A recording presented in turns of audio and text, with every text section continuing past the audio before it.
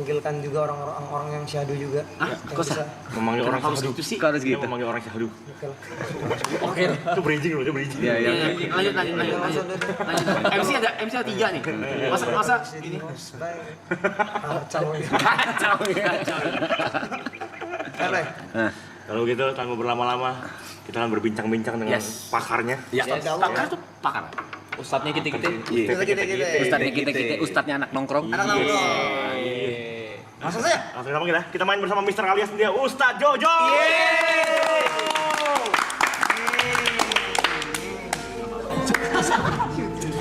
Oh, Pak Ustadz. Assalamualaikum. Jojo. Ustadz lagi. Ustadz Jensei. Harus gini bagaimana?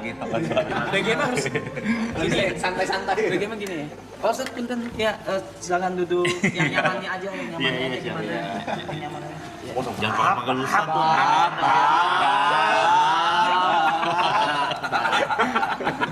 Nggak panggil Ustadz, kalau gitu panggilnya apa? Coy? Salah, jangan Coy. Bro. Bro, pakai biasa aja, pakai Jo aja. Jojo. Jangan nggak enak masa gitu Jo.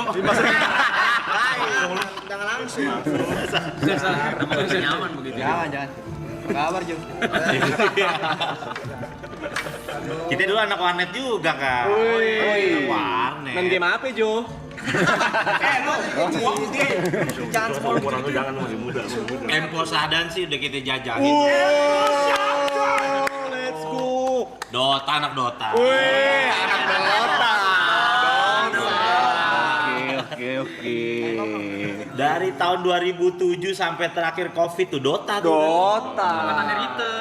Bener. Lakuci. Wuis. Jangan disalah-salahin. Koala masih Lakuci, Ritter, Koala, Bahamut. Ombi. Iya, SCN Jojo. Seangkatan Jo. Jo. Apapun lah saya bahas. Wah, seangkatan. Iya bener. Jadi udah hidup di warnet lah kita dulu lah. Sama Udah lah. pernah kena Eco tuh ya? Bener, kena Iya, Eco. iya. Rame ngumpul deh kemarin. Saking dek. Eco selam ya. Saking dek. Koala coach saya Pak Ustadz. Oh gitu ya? Iya. Koala. Terus sampai no main-main di mall-mall begitu gue ngikutin tuh. WCG. Bener.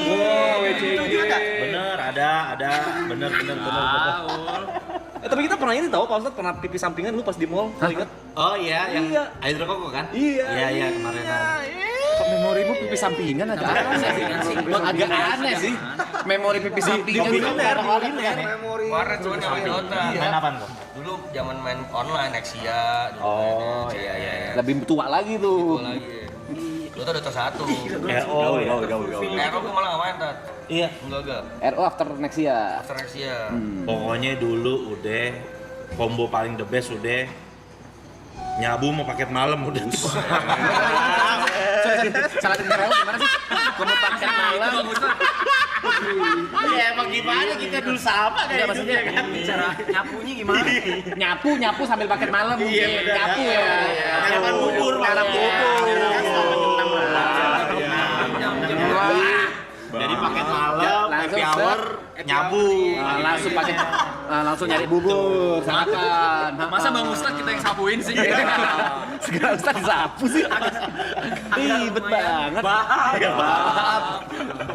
Jago. Tapi kalau pikir-pikir ya, masa hidup habis di warnet loh. Asli. Antara nyesel nggak nyesel ya kan. Kuliah gagal jujur. Hancur. Kuliahnya gagal. Teman-teman gue berapa orang tuh gara-gara warnet tuh. Saking gilanya main warnet sampai gue minta duit sama orang tua buat beli warnet, bayar warnet temen gue. Ya minta duitnya dengan cara yang halus dan akhlak anak gontor. Gimana tuh? Nyolong. Lu mau kasih duit gue gak? Masa dulu. Asli. Lu kasih duit gue gak? Kalau gue beli di warnet. Kalau gak kasih, motor gue jual nih. Keos. Arogan, jujur arogan sih. Masa keberapa nih? Yang belum tahu Ustadz Jojo dulu satu angkatan sama Bang Wancol. Kita adik kelas sebenarnya, 7 tahun, beda 7 tahun. Tapi ada satu sekolah yang bareng kan. Jatuhnya sebenarnya kayak kita satu tongkrongan aja. tiap malam minggu di Taman Suropati. Tamsur. Bukannya sempat masuk bareng? Oh itu beda, itu namanya pesantren kehidupan. Tapi bedanya kalau Jojo keluar jadi ustadz, Wancoy keluar Jadi pelawak. Iya Jujur. bener. Tapi jadi super. Ngelewatin. iya kan teman-teman kan tahu background gue pernah di dalam gitu. Iya. Pernah ada pemain Dota terkenal di dalam ketemu sama gue, lu pasti tahu. Inisial. Oh. J depan J. BB-nya banyak. Oh, Ingat, itu 50.000 atau 70.000 ya. Angkatan Ketemu sama gua tuh. Kamu sumpah nggak sih? Ketemu sama gua. Gua gara-gara aja pas lagi di rumah sakit, Rap. Iya betul, dia ketemu. Jadi gua pas lagi nengokin rumah sakit, dia sakit kan. Gua lihat mukanya. Lah, gua bilang dia. Berarti tadi Lu kasus apaan? Gua bilang sini kasus apaan? Init gua bro, katanya gitu. Iya, berapa BB lo? Buset banyak banget, 50.000 apa berapa itu? Iya, banyak banget BB-nya. Iya. Tahun 2012, 2013-an. Ini gua Bukan tahu gara-gara gua nonton dia mulu. iya gue itu tuh bener itu tim gua. Dia tim gua. bener, Terus waktu itu cerita dikit Iya. ya. Dia tuh dulu masih pakai BlackBerry atau apa? Betul, Apa sih? BlackBerry, iya zaman BlackBerry. Terus dia chat gua, dia chat BBM gue dia kayak Rap temenin gua dong. Ngapain Jo? Jo, Jo. Oh, manggil gua. Jo, Iya, oke. iya. Oke, manggil gua ya. manggil gua. Ngapain gitu? Rap, Iya benar, Jo manggil Jo. Iya, bener, Jo. Jo, Jo. Iya. Benar tadi kan. Iya. Ngapain gue bilang gitu? Nggak apa-apa mau ketemu orang jam 9 malam ntar temenin gue yuk. Di mana? Di ini A gitu.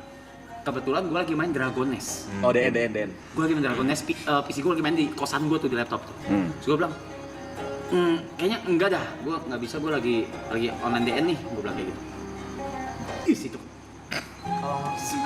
Kalau lu ngikut Kena. Cuma minta temenin. Dia bener cuma minta temenin. Dan dari situ, wah, dia berapa belas tahun? 15 tahun. 15 tahun. Pas gua tanya berapa 15 tahun. Lumayan juga. Itu bener temen ya, bener teman satu tim Dota waktu itu. Dan Iya. he was a pro player. Iya, Pro player. The next lah Uci jatuhannya di dulu tuh. Harusnya tuh. Meet-nya wah. Oh, iya jelas. Ngeri. Oh, Bang Ustadz berapa lama sekolah di sekolah kehidupan itu? Kalau bahasa dalam 5 kalender. 5 tahun. Cukup kilat tuh. Iya, lumayan lah. Tapi ya gara-gara di situ jadi lumayan lah. Yang tadinya kita anak warnet kan biasanya hidup mikirin seneng-senengnya aja kan.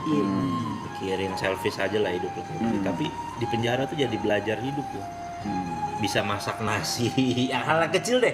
Yang anak warnet tuh kan nggak mungkin lakuin tuh. Nggak mungkin. Masak nasi di Magicom, terus nyuci pakaian tuh nggak mungkin tuh dilakuin tuh sama anak Indomie warnet. aja dibikinin ya. Iya, mau nggak mau jadi kita harus ngelakuin tuh hal kayak gitu tuh di dalam. Bikin tuh asbak pakai belajar. botol aqua. Iya benar. Prakarya.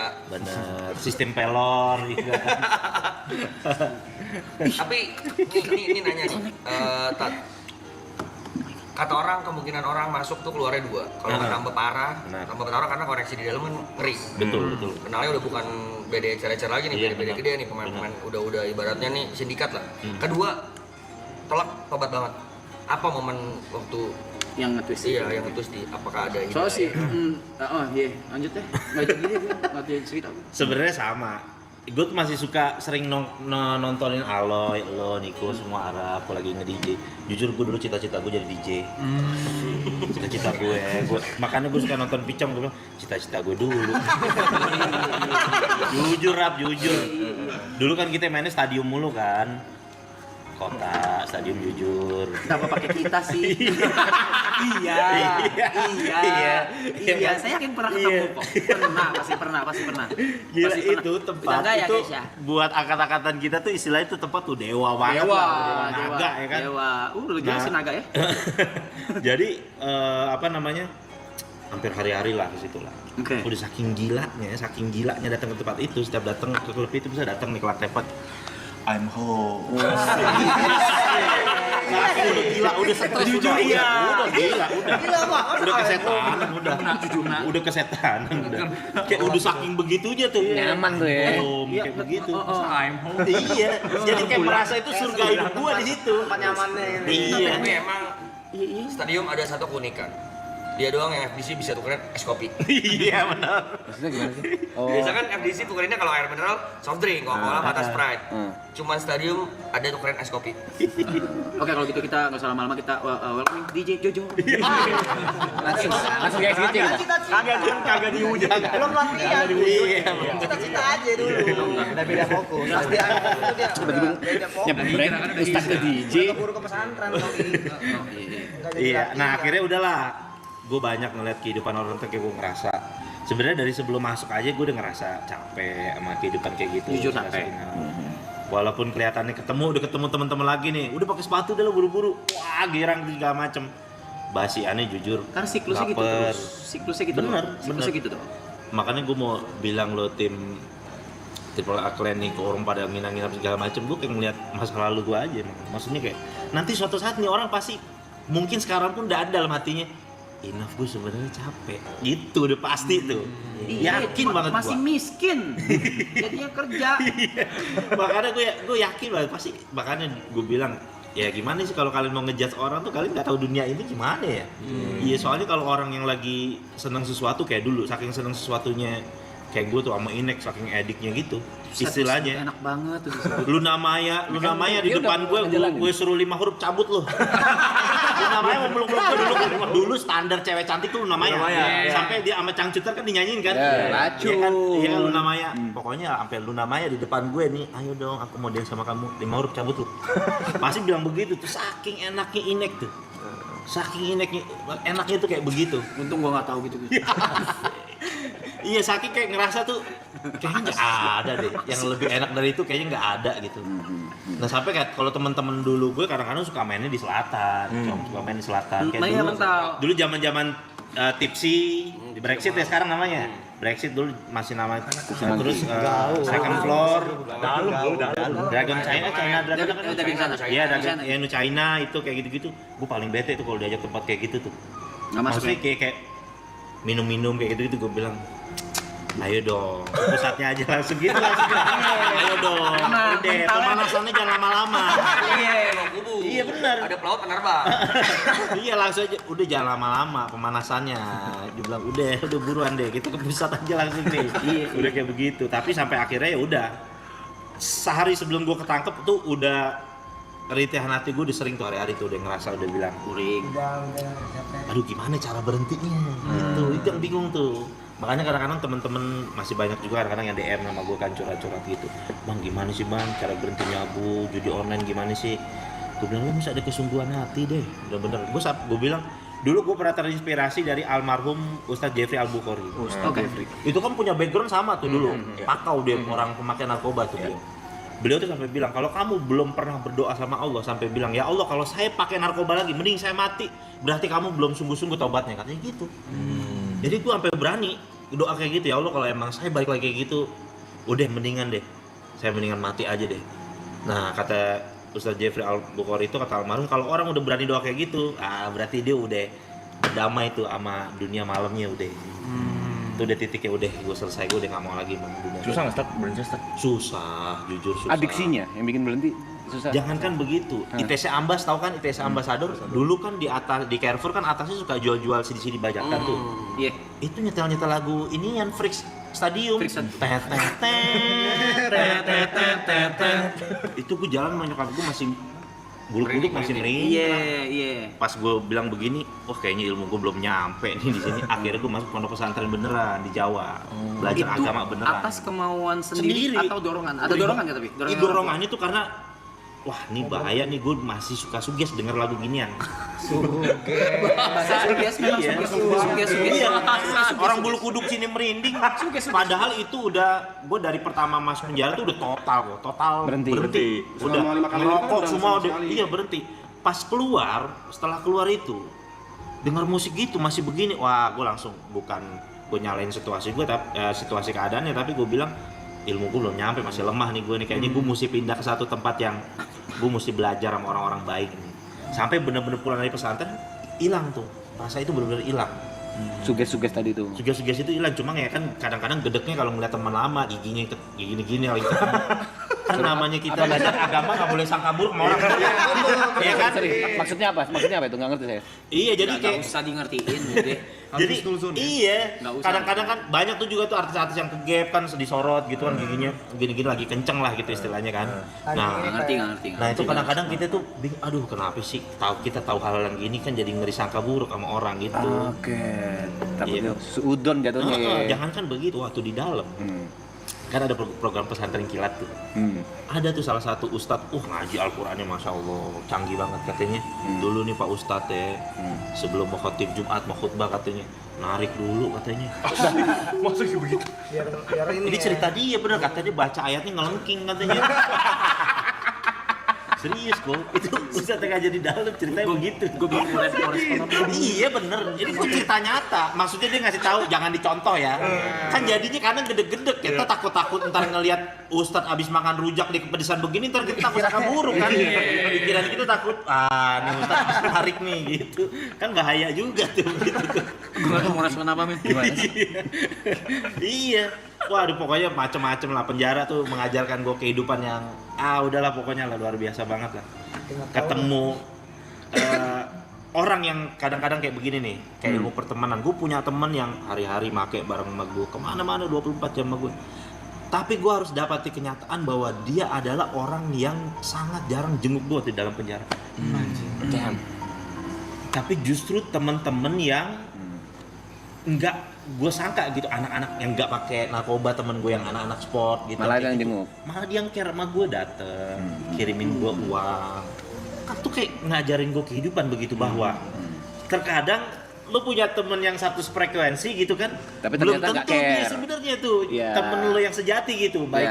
Makanya kan sahabat Nabi kan Sayyidina Ali kan pernah ditanya, wahai Ali bin Abi Thalib, kayak kamu teman kamu banyak, berapa sih jumlah teman kamu? Saking banyaknya gitu kan, kadang-kadang kan orang kan Masya Allah terkenal gitu kan, banyak temannya. Kata Sayyidina Ali, kamu mau tahu jumlah teman saya? Ntar saya hitung kalau pas saya lagi susah katanya. Lagi sakit atau lagi dalam keadaan seperti itu lagi ya. kena musibah, lagi sakit, ntar saya hitung teman saya itu jumlah teman saya yang sebenarnya katanya gitu. Jadi ngajarin gue kehidupan lah, banyak penjara kayak gitu, mulai dari pertemanan. Jangankan gitu dalam hal suami istri aja, kadang ada istri yang udah punya anak berapa, kadang dia ninggalin suaminya malah ngejenguk napi lain. Banyak. Ada banyak kayak begitu, ada yang kayak begitu, jadi dia malah jenguk napi lain, akhirnya dia harus nonton gitu dari jeruji istrinya ngebesuk napi lain gitu. Ada yang anak baru lahir masih merah, tiba-tiba dibawa nih sama istrinya, masih di rumah sakit, dari jeruji diginiin doang masih merah mukanya. Jadi gue nangis ngeliat, wah gila sebenarnya kehidupan keras juga ya gitu. Karena gue selama ini kan mikirnya hidup happy aja, hedon aja. Gimana ceritanya tiap malam bisa berangkat, itu aja udah otak udah. Ya kan? Jadi pikirnya gimana sih sebenarnya hidup? Nah, di penjara lah tuh banyak belajar hidup lah, tentang kehidupan. Kecanduan berapa tahun, Ustaz? Kecanduan. Ini nggak nyandu. Enggak, memakai kayak gitu. Nah, permasalahannya kita ngikut jenjang karirnya nih, nyobain nyandu jualan. Itu masalahnya. Ngecer dulu. Iya. Ngecer dulu. Sampai dulu, jadi kan kalau karir edep kan gue duluan baru Wancoy itu kan. Tapi gue ini nih apa sih, gue sama soalnya, jadi kalau suka keceplosan sorry banget dah. Iya. Jadi kalau karir jualan kan gue duluan baru Wancoy gitu kan, cuma Bebe banyakan dia Wancoy, emang terlaluan juga tuh dia tuh. Karir gue duluan. Cuma dulu ada di masa yang dimana sampai teman-teman gue aja tuh nggak mau ketemu gue, karena gue mainnya dulu ke Kampung Ambon. Oh, lebih ngeri lu sih. Main sama gede-gedenya kayak gitu-gitu. Kamu ngeri. Gue mah nggak Iya, bisa. sampai bilang kayak, John lu udah keterlaluan lu, Kan teman-teman gue manggil John kan, lu udah keterlaluan lu, udah lu. Wah, nggak ada yang mau ketemu gue waktu itu sampai teman-teman tuh. Kayaknya, wah gila lu mau. Sekarang masih ada sih kamu apa deh? Masih nggak ada.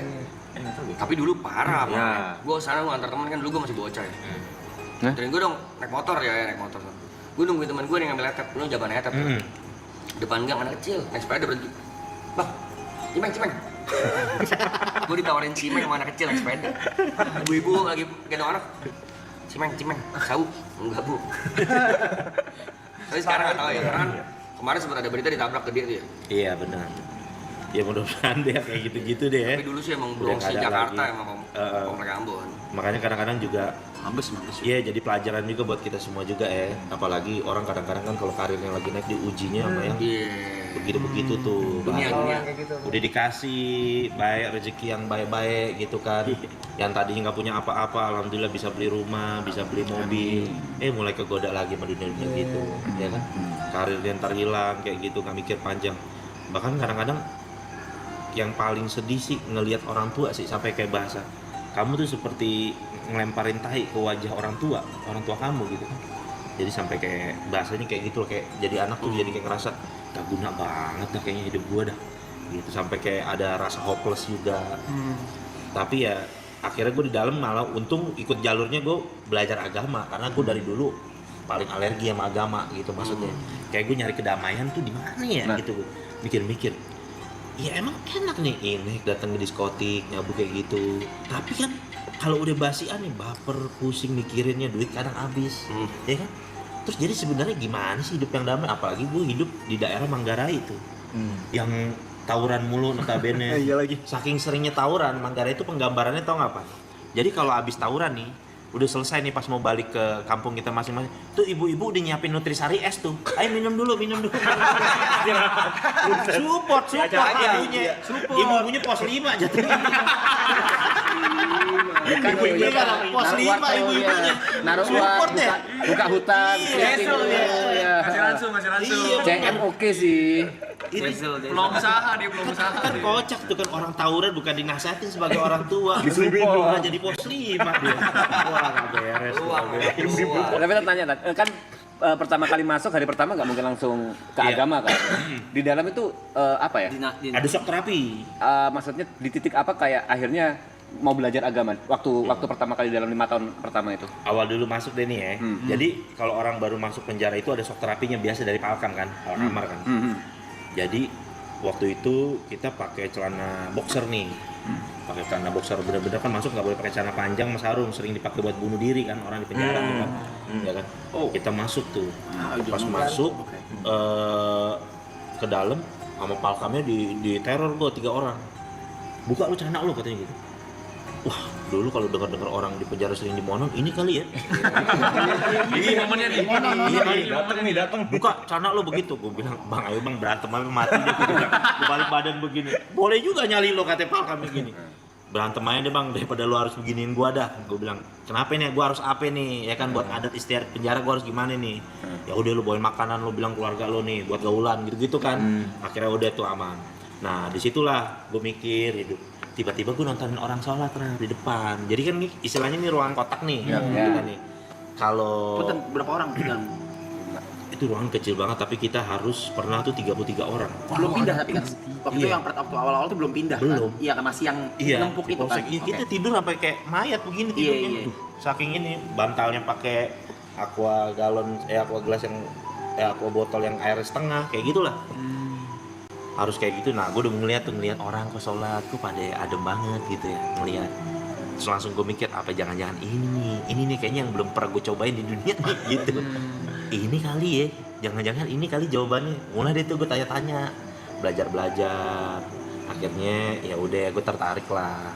Mulai dari situ gue belajar agama, fokus, dan gue bener-bener berusaha untuk ninggalin hal itu. Tapi ya ujiannya berat. Gue malah ditempatin di blok tuh yang baru masuk blok, pas masuk rutan Salemba aja itu baru masuk kamarnya Palkamnya tuh udah ada bong sabu banyak, orang main judi, sama TV-nya layarnya bisa di BF. Gila, triple kill haramnya triple kill haramnya, judi iya, narkoba iya, film BF lagi, triple kill haramnya. Jadi pas gue masuk, perasaan gue berdoa pengen minta dijauhin dah dari lingkungan yang kayak gini, kenapa malah dideketin? Ternyata ya emang itu ujiannya gitu.